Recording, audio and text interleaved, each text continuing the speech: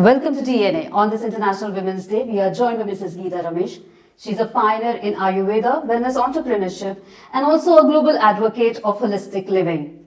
Welcome, ma'am. So, ma'am, what inspired you to dedicate your life to Ayurveda? Well, as you all know that we come from a family of Ayurvedic physicians and we are into manufacturing of Ayurvedic products and into research of the products. So this deep-rooted connection with Ayurveda is what inspired us. And it's not only just inspired with the products that we used, we could see such good results for people. So why not take this system of Ayurveda with its treatments and therapies directly to the people is what gave us the thought, let's start something like this here in Delhi. But when you and your husband started Kairali Ayurveda, at that time not many people were aware of Ayurveda. So what were the challenges that you faced at that time and what kept you going? Well, it was a challenge, we know. The challenge itself was we wanted Ayurveda to retain and progress and, and grow. It was a period when Ayurveda was declining. When being in the industry of manufacturing, we could see that the Ayurveda is declining, and this beautiful science that India has was just going to die. So this prompted us. Let's take a step and take it forward. That's how we thought of bringing this concept of Ayurveda with the treatments and therapies over here. But during that time, did you face any challenge in setting up a Of course, we had a real big challenge. It was not very easy. We had come all the way from south to the capital of our country, Delhi, where language was a hurdle, and to make people understand the word Ayurveda was not known, and to make people understand about this holistic system was really tough. They would question you with so many things as to why we should be doing a 14-day therapy and just I have a pain in my knee and why do you do my whole body treatment? They didn't understand what Ayurveda was. The holistic system of Ayurveda has to be explained to them and make them understand. So all this took a lot of time and not very easy to convert into treatments or therapies, because the belief was not there at all. So that was a challenge. What challenges did you face as a woman? How did you overcome those challenges? Being a woman, I don't think there was any big difference in it because in the first place, I never considered that, I'm a woman and I'm doing something like this. It was something that I wanted to do and just went ahead doing it. So it was, and the team that we had created were all coming from South, very docile, nice people, easy to maintain. They knew what they have to do and very cooperative. So there was no big hurdle to come up with this concept and get it done. Like the only problem was that we had to educate the public at large and the people who came to our place to understand what the concept was. Otherwise, there was no much challenge for us. Do you think your education in alternative medicine actually helped you establish a Kairali Ayurvedic Center? When I started, I had not done this alternate system of medicine. So when we started and learn the subject, I started learning the subject to know what exactly it is. And that's where then it became easier for, scientifically to explain to the customers, to the guests who's coming to us. And it was not very easy to have doctors from South. We wanted the doctors also from Kerala because this is a Kerala system of treatment, the Panchakarma treatment that we are wanting to promote. And only Kerala people understood this Panchakarma. This was never known in this part of the country at all. But the language, as I said, was a barrier. They could never speak Hindi nor English, so it was very, very difficult to make a customer understand what this actual treatment that they have to do, what would be the result, and why you should be doing. So all that to explain, I had to learn the subject. And then it became more easier, and then people could understand, and then that's how we progressed from slowly and steadily. What key Ayurvedic principles would you recommend to women out there? See, as you know, principles of Ayurveda, first of all, it teaches you prevention. There's no science in this world that teaches you prevention. It only treats you when you're sick. Whereas Ayurveda is a science that emphasizes more on the preventive aspect. And so every woman should learn to nurture herself, prevent herself from falling sick, be proud that she's a woman and take care of herself, because when she's healing herself, the world gets healed. People around you is healing. You take more care of people when you're healthy. So the concept of Ayurveda, the principle of Ayurveda that prevent yourself from falling sick is the first thing that every woman should be adapting. For that, they have to do their routines, everyday routine, do the dinacharyas, do the ritucharya, and constantly do your daily work every day at the same time. That's where the routine comes into place. Yes.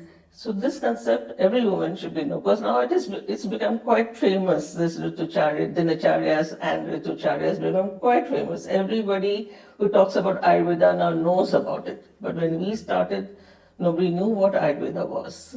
So this principle of Ayurveda, every woman, if they keep in mind, I think they can live healthy and they can promote healthy bodies. For women balancing family expectations and have professional growth in their career to look at, what would be your advice? See, if you want to do something and you are, what you say, you are very sure that you want to do it and it should succeed. You build yourself internally first strong and keep yourself strong and be sure of what you want to do, and you will chalk out a plan accordingly. You know you have a family, you know you have children. Only thing that your family should be supportive. That's that crucial is point. that? Yeah, that's very, very important. If they are not supportive, then nothing goes ahead. So that is a very important point. But when you know your family is supportive, which I was very, lucky on that front. My husband was very supportive. My children were equally supportive. They did whatever they had to do. They know mommy is busy, so but they know whatever is told, they have to follow it. So that was very nice of them. And so when any woman wants to do, they also should see and how they could balance their time with the family and with the work that you're doing. That all can be planned, pre-planned, then things would go smooth, I think. That's how it worked with me. What does leadership mean to you, especially as a woman running a global Ayurvedic organization? So leadership is something that you nurture yourself. You nurture it. It's not by being okay. You're the boss and everyone should obey you. It's not like that. Your staff, your therapists, your other medical people around, all should be like a teamwork. You should form a team.